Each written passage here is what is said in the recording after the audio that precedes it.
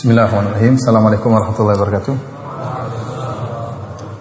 Alhamdulillahi ala ihsanih wa syukru lahu ala taufiqihi wa amtinanih wa asyhadu an la ilaha illallah wahdahu la syarika lahu ta'ziman li sya'nih wa asyhadu anna Muhammadan abduhu wa rasuluhu da'ila ridwanih. Allahumma salli alaihi wa ala alihi wa ashabihi wa ikhwanih. Kita lanjutkan pengajian kita masih tadi pada poin yang ke-6, yaitu memperbanyak sikap-sikap romantis yang bisa menumbuhkan dan memupuk rasa cinta kasih antara suami dan istri. Inilah sunnah Nabi Shallallahu Alaihi Wasallam, dan Rasulullah SAW perhatian tentang masalah ini. Dan ini diriwayatkan oleh istri-istri Nabi, bagaimana romantisnya Nabi Shallallahu Alaihi Wasallam dengan istri-istrinya. Bahkan Rasulullah SAW disebutkan bagaimana beliau meletakkan kepala beliau di paha istri beliau sambil baca Al-Quran, padahal istri beliau dalam kondisi lagi datang bulan. Namun hal ini tidak menjadikan Nabi SAW jauh dari istrinya. Beliau tetap meletakkan bersandar di paha istri beliau, kemudian membaca Al-Quran. Di antara perkara yang sangat menakjubkan itu tentang kisah Sofiyah radhiyallahu taala anha. Sofiyah adalah seorang wanita Yahudiyah yang keluarganya diperangi oleh Nabi SAW dan para sahabatnya, sehingga dalam satu hari ayahnya meninggal dunia, dibunuh oleh para sahabat atas perintah Nabi SAW. Suaminya juga dibunuh oleh Nabi Shallallahu Alaihi Wasallam atau atas perintah Nabi Shallallahu Alaihi Wasallam. Kemudian juga saudaranya juga dibunuh atas perintah Nabi Shallallahu Alaihi Wasallam. Dalam hari yang sama kerabatnya meninggal semua. Ayah, suaminya, kerabatnya meninggal atas perintah Nabi Shallallahu Alaihi Wasallam. Setelah itu Sofiyah dinikahi, Sofiyah bintu Huyai bin Akhtab dinikahi oleh Nabi Shallallahu Alaihi Wasallam. Dan sebagai seorang manusia wajar jika seandainya Sofiyah kemudian dendam kepada Nabi Shallallahu Alaihi Wasallam, wajar. Kenapa orang ini yang telah membunuh ayah saya, membunuh suami saya, membunuh saudara kandung saya, ya. Akan tapi semua hal tersebut tidak ada di dada Sofiyah. Kenapa? Karena hati Sofiyah telah ditawan oleh Nabi Shallallahu Alaihi Wasallam dengan sikap romantis Nabi Shallallahu Alaihi Wasallam, dengan akhlak Nabi Shallallahu Alaihi Wasallam yang mulia terhadap Sofiyah. Oleh karena di awal pernikahan, perhatikan Nabi Shallallahu Alaihi Wasallam di awal pernikahan, Sofiyah tatkala hendak naik di atas onta, maka Rasulullah Shallallahu Alaihi Wasallam menegakkan lututnya agar pahanya diinjak oleh Sofiyah radhiyallahu taala anha, agar Sofiyah bisa naik di atas onta. Dan ini dilihat oleh banyak sahabat. Ini luar biasa, ya. Rasulullah SAW tawadhu terhadap istrinya, sehingga diinjak, ditegakkan kaki lututnya agar pahanya diinjak oleh Sofiyah supaya bisa naik di atas onta. Saya tanya sama antum ada yang pernah demikian?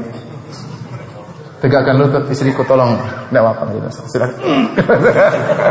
Ustaz, istri saya gemuk, Ustaz, gimana saya enggak?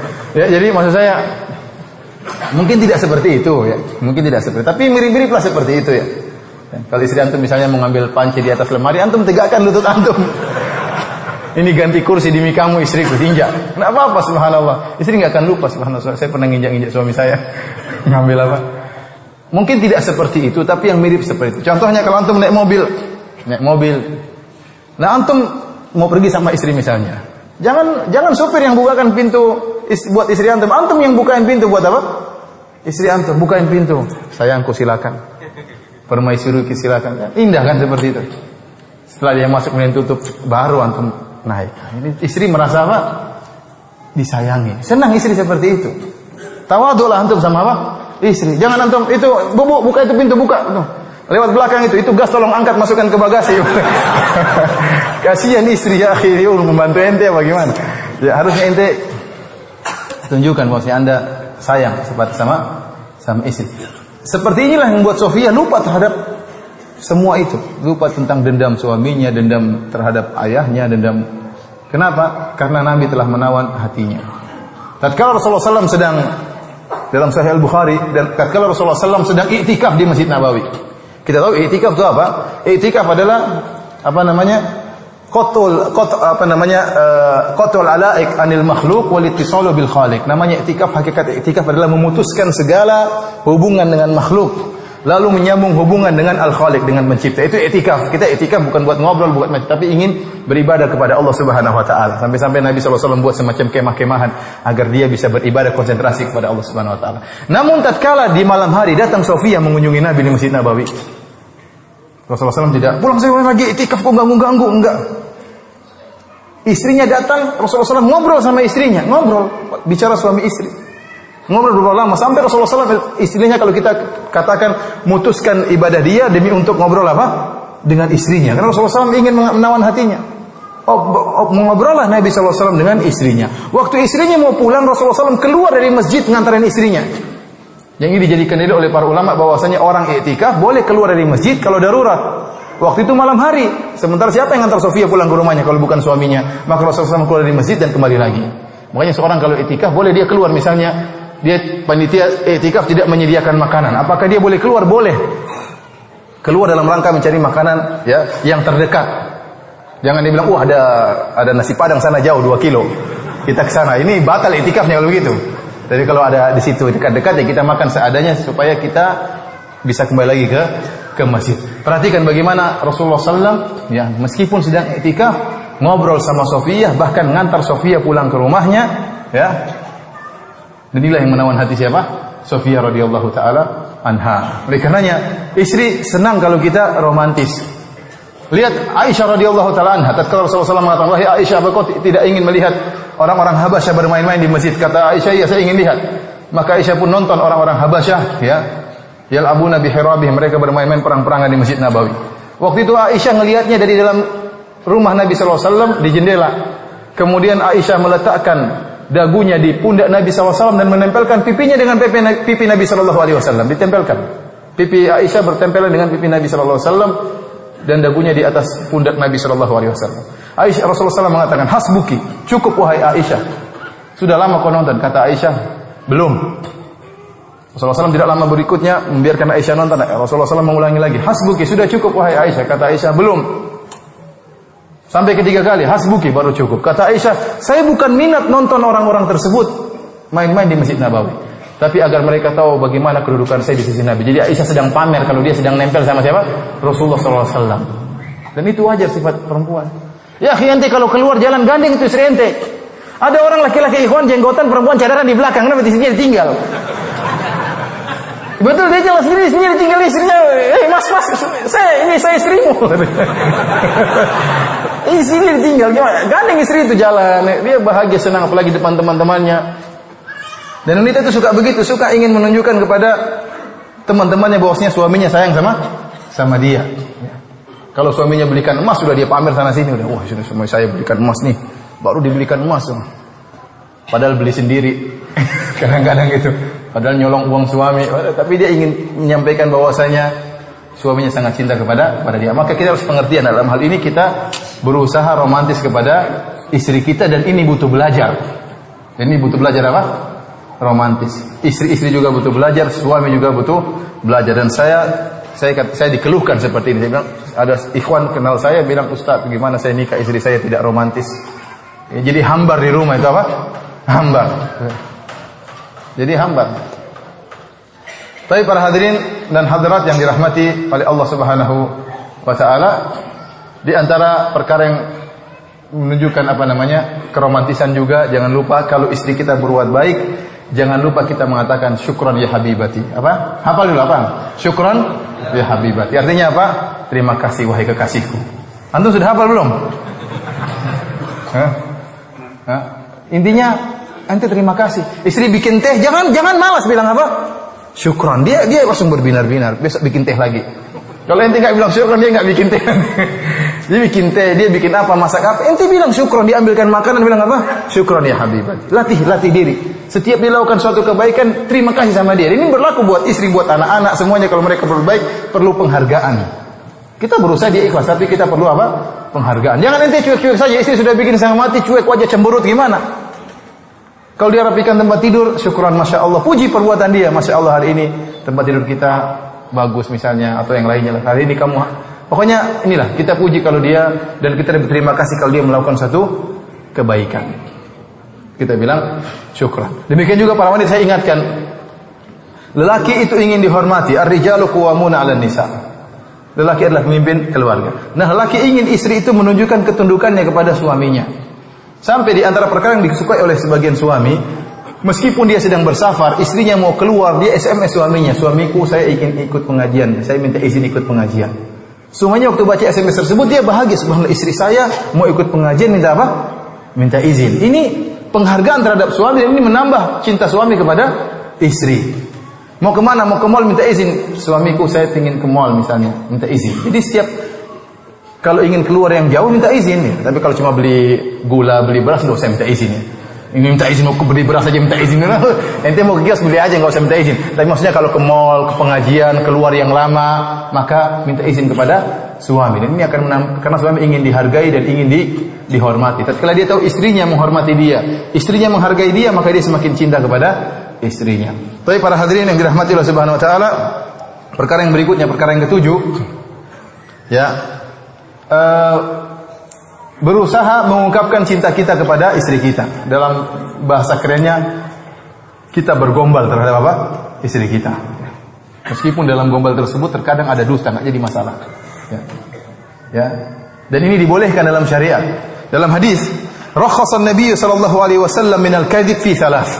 Rasulullah sallallahu membolehkan dusta pada 3 perkara.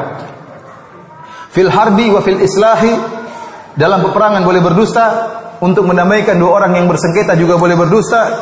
Al-islah bainan nas, untuk mendamaikan orang yang bersengketa juga boleh berdusta. Wa qawli rajuli limra'atihi, dan perkataan seorang laki terhadap istrinya. Dalam riwayat yang lain, wa hadithur rajuli imra'atahu wa hadithil mar'ati zaujaha. Seorang laki ngobrol dengan istrinya atau seorang istri ngobrol sama suaminya, ini dibolehkan dusta. Jadi 3 dusta yang dibolehkan, dan ini pendapat yang kuat, sebagaimana dikuatkan oleh Ibnu Hajar rahimahullah, benar-benar dusta. Jadi dusta, benar-benar dusta dibolehkan dalam 3 perkara. Dalam perang kita boleh berdusta, misalnya kita tunjukkan kepada musuh kita tidak ingin menyerang, padahal kita yang tidak menyerang. Atau sebaliknya kita menampakkan seakan-akan kita lemah, ternyata kekuatan kita sangat kuat sehingga kita bisa serang musuh lengah. Atau sebaliknya kita lemah, kita tunjukkan seakan-akan kita kuat supaya musuh gentar. Dan ini boleh dilakukan dalam peperangan. Karena peperangan dibolehkan dusta. Di antaranya al-islah bainan nas. Di antara perkara dusta yang dibolehkan adalah untuk mendamaikan di antara 2 orang yang bersengketa. Dan ini boleh dusta yang sungguhnya. Ya. Karena saya pernah dengar ceramah seorang syekh. Dia cerita tentang masalah al-islah bainan nas, mendamaikan 2 orang yang bersengketa. Ada 2 orang dahulu bersahabat dekat. Tahu-tahu mereka berdua bertengkar. Dan bertengkaran sudah lama, bertahun-tahun. Akhirnya syekh ini datang kepada salah satunya. Dia dusta, dia mengatakan, "Wahai fulan, oleh fulan ingin temanmu dulu itu ingin sekali ketemu dengan kamu." Ya. Dia datang kepada satunya, "Wahai fulan, ya, temanmu satu juga ingin ketemu dengan kamu. Bagaimana kalau kamu undang makan?" Intinya dia dusta. Waktu dia sampaikan kepada satunya, "Wahai fulan, temanmu itu ingin sekali ketemu dengan kamu." Padahal enggak. Akhirnya teman ini mengatakan, "Demi Allah dia mau ketemu saya? Kamu berani sumpah dia ketemu saya?" Wah, repot juga ini, saya padahal dusta. Gimana ini? Bingung dia. Padahal karena mereka tahu, orang-orang Saudi tahu kalau dusta untuk mendamaikan itu dibolehkan. Maka dia sudah curiga, jangan-jangan syekh ini dusta, ingin mendamaikan saya dengan dia. Maka dia bilang, "Syekh, ente bersumpah kalau memang dia ingin ketemu dengan saya. Berani bersumpah?" Syekh itu bingung. Akhirnya dia bilang, "Demi Allah dia ingin ketemu dengan kamu." Padahal tidak. Setelah itu syekh ini gelisah. Waduh, saya bersumpah lagi dengan nama Allah, bohong lagi. Akhirnya dia telepon Syekh bin Baz rahimahullahu taala. Dia cerita, dia gelisah, "Syekh, saya ingin damaikan 2 orang, tapi yang saya berdoa saya bilang dia ingin ketemu dia, padahal tidak. Waktu ditanya saya bilang demi Allah." Kata Syekh, "Kalau dia tanya lagi, sumpah lagi, tidak apa-apa." Kalau dia tanya lagi apa? Sumpah lagi. Intinya apa? Bersumpah untuk mendamaikan, ini diperbolehkan, tapi jangan sampai ketahuan ya. Urusan dia gimana caranya bisa apa? Bisa damai antara suami dengan istri yang bersengketa, antara kakak dan adik yang bersengketa, antara teman sakarib yang bersengketa. Kita boleh berbohong untuk mendamaikan mereka. Ini bohong yang disyariatkan. Di antaranya dusta seorang lelaki yang ngobrol dengan istrinya, dan sebaliknya dusta seorang istri yang ngobrol dengan suaminya. Itu apa? Kedustaan yang menimbulkan cinta kasih di antara mereka. Bukan semua dusta. Bukan istrinya tanya, "Mas, kamu kawin lagi?" Oh enggak, ini dusta, enggak boleh ini. Ini dusta ini kadzab ini, enggak boleh. Bohong. Enggak boleh, kalau dusta diri enggak boleh. Maksudnya dusta apa? Dusta yang menimbulkan cinta kasih. Misalnya kita mengatakan, "Istriku, kamu cantik sekali hari ini." "Oh masa? Bener Mas?" "Iya bener. Emang hari-hari yang lalu tidak cantik Mas?" Enggak cantik juga, cuma hari ini lebih cantik. Jadi ini enggak apa-apa seperti ini. "Wah istriku, kamulah satu-satunya di hatiku dalam hati saat ini." Saat ini jangan keluar, diam dalam. Jadi ini gombal-gombal ini disukai oleh wanita. Wanita itu suka digombali. Kalau nggak percaya tanya ibu-ibu. Ibu-ibu itu senang digombali. Meskipun dia tahu suaminya gombal, dia pun tetap suka digombali. Bilang, "Istriku, masya Allah rambutmu cantik." "Saya cantik Mas?" "Oh cantik." Pokoknya bilang aja cantik. "Kamu paling cantik dalam hatiku," misalnya gitu. Ya. meskipun banyak kembang, tapi kamu kembang yang terindah misalnya. Misalnya. Ya antum nggak apa-apa, ini seperti gini nggak jadi masalah. Tulis syair cinta buat istri, dapat pahala. Ente buat syair-syair sama teman, bikin syair cinta sama apa? Istriku. Gini-gini buat syair lah. Saya juga nggak pandai, tapi bikinlah syair buat apa? Istri. Kalau istri sebelum tidur, suamiku saya sayang sama kamu, saya juga sayang sama kamu. Kenapa kita kaku bilang saya juga sayang sama kamu? Saya sayang sama kamu. Jawab itu, ya saya juga sayang sama kamu. Gombal nggak apa-apa ya, dibohong, subhanallah. Begitu Allah ingin suami istri terjaga kecintaan mereka sampai Allah bolehkan, Nabi SAW bolehkan bohong. Demi untuk menjaga apa? Mawaddah antara suami dan istri. Menunjukkan bahwasanya mawaddah suami istri perkara yang dituntut. Karena kalau kita mendapatkan kebahagiaan di rumah, banyak sekali maslahat yang bisa kita dapatkan. Anak-anak juga enak dirawat oleh ayah ibu yang bahagia. Kita pun kita bisa menundukkan pandangan kenapa kita sayang sama istri kita. Oleh karenanya dituntut untuk menumbuhkan cinta kasih antara suami dan istri meskipun dengan berdusta, tidak jadi masalah. Baik para hadirin dan hadirat yang dirahmati oleh Allah Subhanahu wa taala, di antara perkara yang bisa meningkatkan keharmonisan rumah tangga yang keberapa sekarang? Yang ke-8. Ini kata para ahli tarbiyah, mereka mengatakan merubah suasana. Ini perlu agar kita tidak terjebak pada suasana yang monoton itu saja. Ya, sekali-sekali rubah tempat tidur yang tadinya pojok kiri pindah ke pojok apa? Kanan. Ya, tidak jadi masalah. Ya, ganti spray. Ya. Ini merubah suasana. Ya. Ajak istri jalan-jalan keluar sama anak-anak. Sekali-sekali anak-anak titip sama mbah, sudah keluar berdua sama istri. Ya. Saya ketemu beberapa ikhwan, masya Allah, umroh bareng sama istrinya. Suasana indah. Ya. Jauh dari kerjaan, jauh dari anak-anak. Sekali tidak jadi masalah. Anak-anak sekali-sekali kita ajak umroh, sekali-sekali kita umroh sendiri. Kalau nggak punya uang untuk umrah, sudah jalan keluar makan di warung kopi, makan bakso, nggak jadi masalah berdua. Tidak mesti harus umrah ya. Jadi rubah suasana ya. Ya, waktunya ngaji, ada waktu juga untuk bermesraan antara suami dan istri. Jangan setiap hari ayo kita pergi kemana? Ke pengajian lagi, minggu depan lagi. Ayo istri kita keluar kemana? Ke pengajian terus ya. Kapan jalan-jalan? Istri butuh pengajian, istri juga butuh jalan-jalan, butuh refreshing kata orang. Jadi rubah suasana ini penting untuk menambah cinta kasihnya. Sebelum keluar rumah berdoa, sampai di sana ada waktunya ngaji. Ada orang yang datang ke saya, Ustaz, saya ngaji sama Ustaz fulan, tapi gajinya kepanjangan Ustaz. Nanti kalau sudah sampai duhur selesai, kita keluar pun susah karena saking ramainya Ustaz tersebut.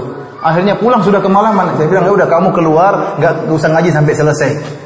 Kan Ustaz itu ngajar beberapa buku. Sebelum selesai kamu pergi, supaya ada waktu jalan-jalan sama istri. Nggak jadi masalah.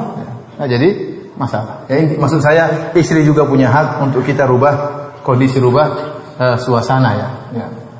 Rubah dekor kamar itu boleh ya. Rubah kondisi tempat tidur juga diperbolehkan. Ini semua untuk merubah suasana agar kita tidak terjebak pada kondisi yang monoton. Tapi para hadirin Allah Subhanahu wa taala, di antara hal yang bisa menambah keharmonisan rumah tangga, kita ngobrol dengan istri tentang nostalgia yang indah. Ini juga perlu. Ingat tentang masa lalu yang indah. Ya. Ingat gak sayang dulu kamu begini. Iya mas, dulu kita begini. Ya. Ingat. Ini menimbulkan cinta kasih. Di antara obrolan kita mengingat nostalgia yang indah. Rasulullah SAW satu hari berjalan bersama para sahabat. Kemudian Rasulullah SAW berkata kepada para sahabat, taqaddamu, kalian jalan di luar. Para sahabat akhirnya pergi terlebih dahulu. Setelah para sahabat jauh berjalan, Rasulullah SAW mengatakan, ta'ali usabikuki, wahai Aisyah, ayo kita lomba lari. Rasulullah SAW mengajak Aisyah lomba lari. Maka lomba larilah Aisyah dengan Nabi SAW. Kata Aisyah, wa kuntu jariyatan, lam ahmilullah wa lam abdun.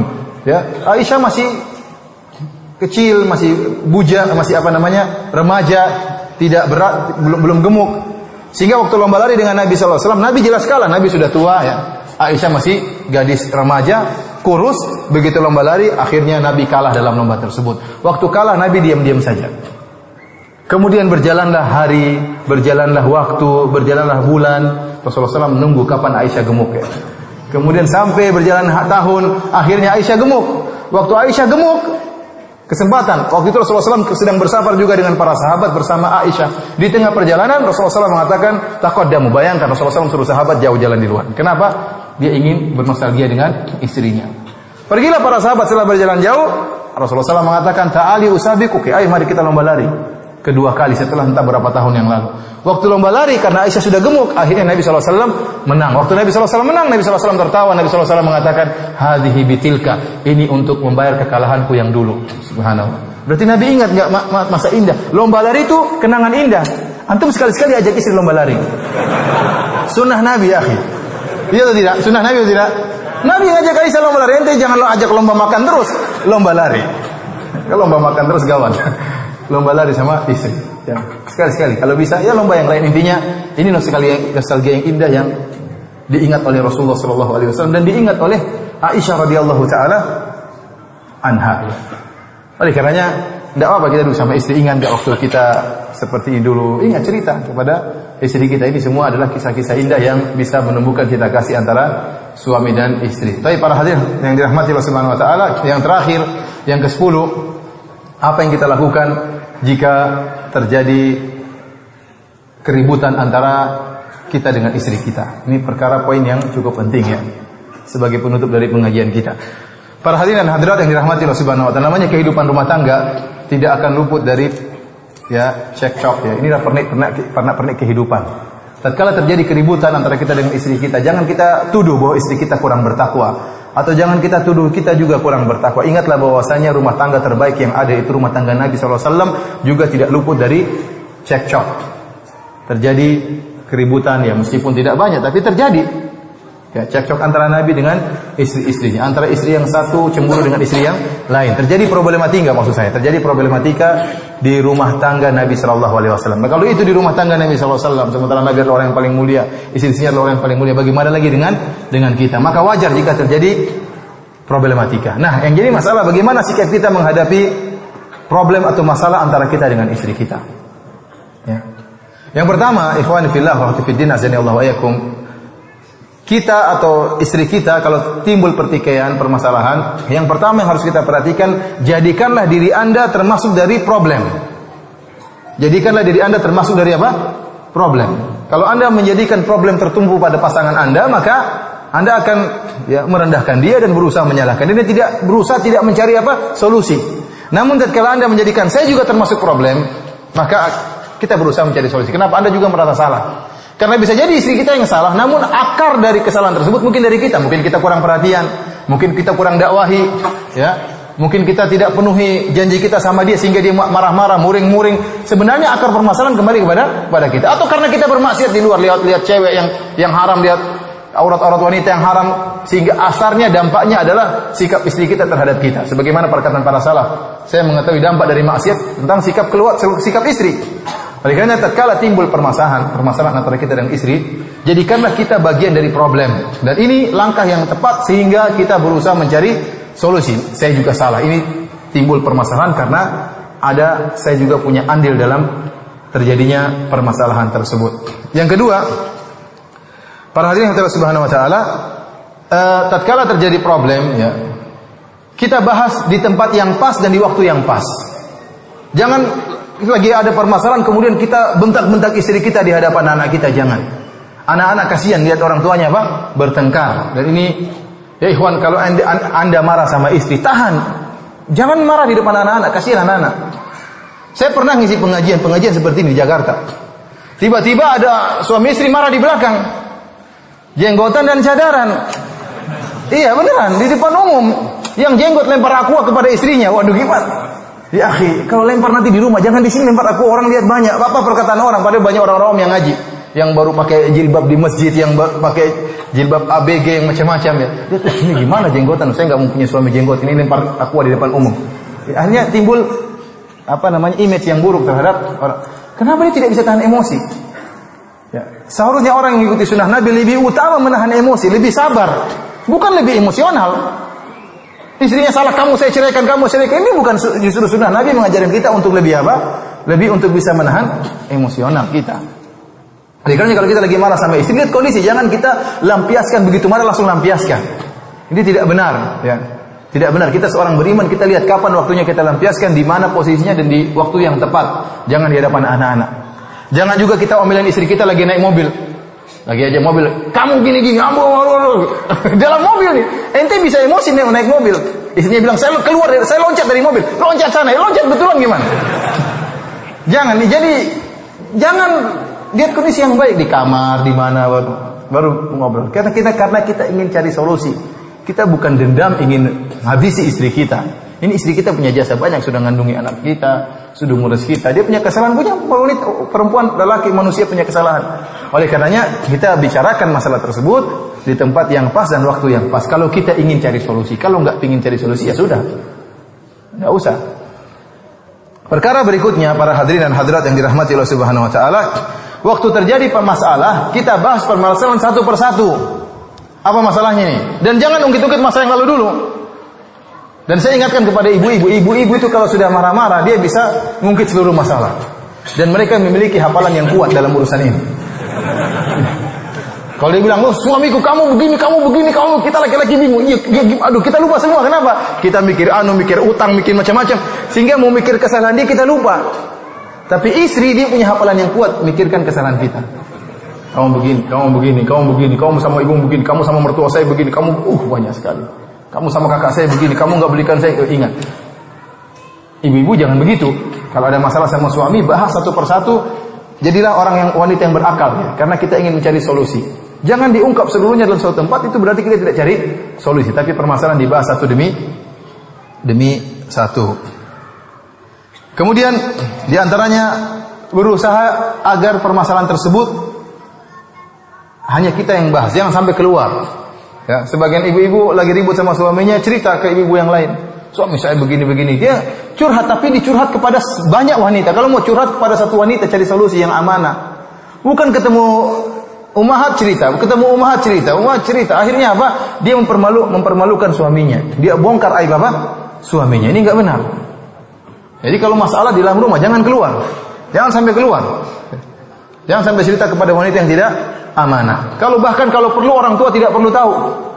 Orang tua tidak perlu tahu, mertua tidak perlu tahu. Kita selesaikan sendiri. Ngapain kita bikin pusing orang tua? Kita bikin pusing mertua kita. Dan kalau orang tua sudah turut campur, mertua sudah turut campur, susah adil mereka. Namanya mertua, dia berusaha bela putrinya. Namanya ibu kita, dia berusaha membela apa? Kita. Sehingga akhirnya tambah kacau. Kalau bisa kita selesaikan sendiri, selesaikan. Tidak usah ikut campur orang luar. Ya. Orang tidak perlu ikut campur orang luar. Ini di antara perkara yang perlu kita perhatikan.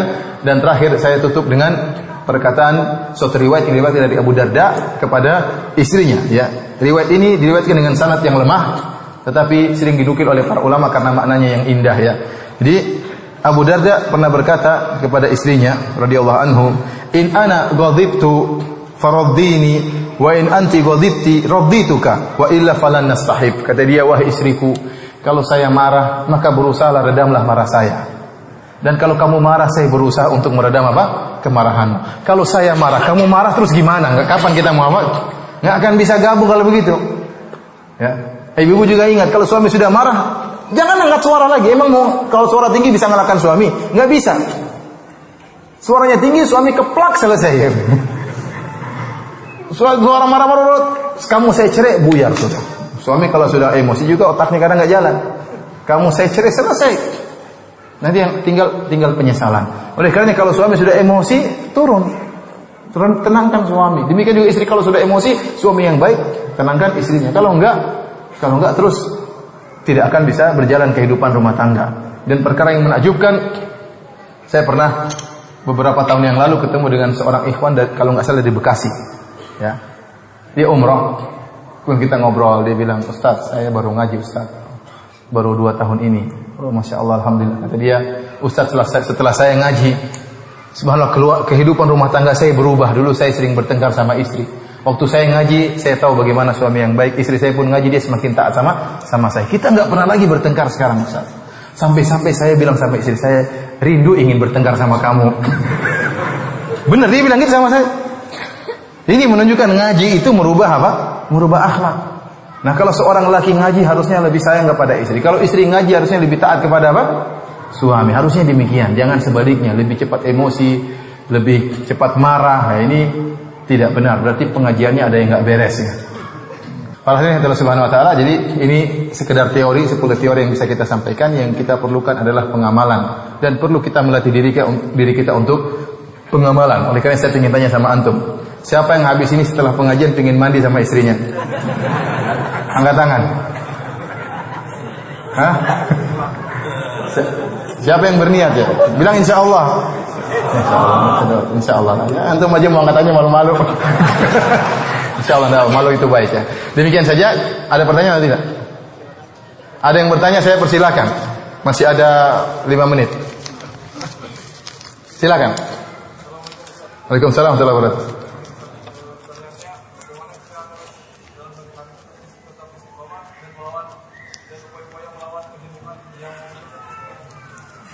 Ini kehidupan rumah tangga apa istiqomah apa maksudnya? Di masjid istiqomah atau bagaimana maksudnya?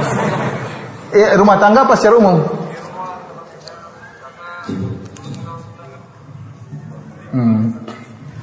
Bagaimana cara kita istiqomah ya dalam kehidupan rumah tangga maupun tatkala di kantor, ruang pekerjaan ya? Ya pertama berdoa kepada Allah Subhanahu wa taala, ya muqallibal qulub tsabbit qalbi ala dinik. Ya. Ini paling utama kita doa terutama tatkala kita salat malam. Ya ikhwan, antum butuh untuk salat malam meskipun 3 rakaat. Oleh karenanya surat Al-Muzammil dinamakan oleh sebagian ulama dengan Zadud Da'iyah, bekal para dai. Ya ayyuhal muzammil qumil laila illa qalila nisfahu wa yunqus minhu qalila au zid 'alaihi wa ratilil qur'ana tartila. Wahai pria yang berselimut, bangunlah dan salatlah malam. Kenapa dai di siang hari dia bertemu dengan berbagai ujian, dia berdakwah, kemudian mungkin dicerca, mungkin dicela, dituduh yang dusta, mungkin bertengkar atau dimusuhi oleh keluarganya, maka dia butuh mencarger imannya di malam hari. Antum pun demikian. Antum waktu kerja di siang hari antum bertemu dengan berbagai macam ya pekerjaan, bertemu dengan orang-orang yang mungkin tidak mengenal sunnah atau orang-orang yang jauh dari Islam ya, yang mungkin marah sama antum, bertemu dengan kehidupan rumah tangga. Kalau antum harus charger diri antum, iman antum di-charger terutama di waktu subuh hari sebelum subuh. Salat, bangun, lawan itu ngantuk meskipun 3 rakaat. Setelah itu berdoa, ya muqallibal qulub tsabbit qalbi ala dinik. Ya Allah yang bolak-balikkan hatiku, kokohkan hatiku, istiqomahkanlah aku. Kokohkan hatiku maksudnya apa?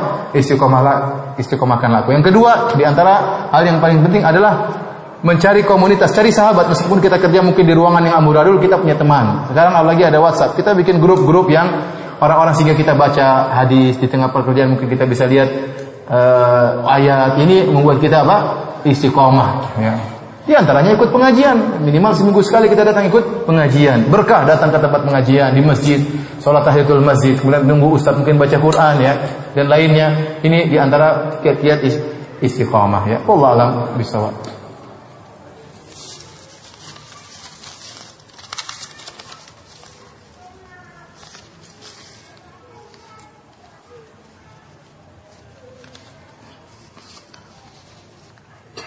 Setiap masalah apapun, apakah syariat selalu memprioritaskan yang utama, selalu melihat maslahat dan mudarat? Benar, syariat dibangun di atas menimbang antara maslahat dan mudarat, menolak kemudaratan sebisanya dan mendapatkan maslahat sebanyak-banyaknya. Namun terkadang ada kemaslahatan yang memang diilgo oleh syariat, tidak dianggap oleh syariat, maka tidak boleh kita pula menganggapnya. Contohnya, misalnya khamar itu bisa mengobati misalnya, atau khamar bisa menghilangkan stres. Itu manfaat tapi tidak dianggap oleh syariat. Maka jangan kita anggap sebagai manfaat. Allah mengatakan, yas'alunaka 'anil khamri wal maisir, qul fihi ma itsmun kabirun wa manafi'u linnas. Mereka bertanya kepada engkau tentang perjudian dan khamr. Katakanlah pada keduanya ada dosa yang besar dan ada manfaat-manfaat bagi manusia. Allah menyebutkan khamr itu ada manfaatnya, kemudian apa? Judi juga ada manfaatnya, tapi manfaat tersebut tidak dianggap oleh syariat ya. Seperti orang mengatakan babi ada manfaat, babi banyak manfaatnya.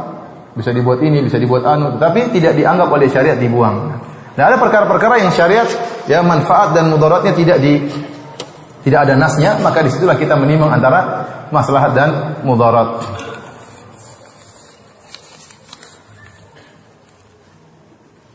Ustaz, bagaimana hukum menikah dengan sepupu? Semisal anak seorang lelaki yang punya anak perempuan dan adik anak juga seorang lelaki dan memiliki anak lelaki. Bagaimana hukum pernikahan anak kami? Sah, ya. Sepupu itu bukan mahram. Sepupu itu bukan mahram, ya.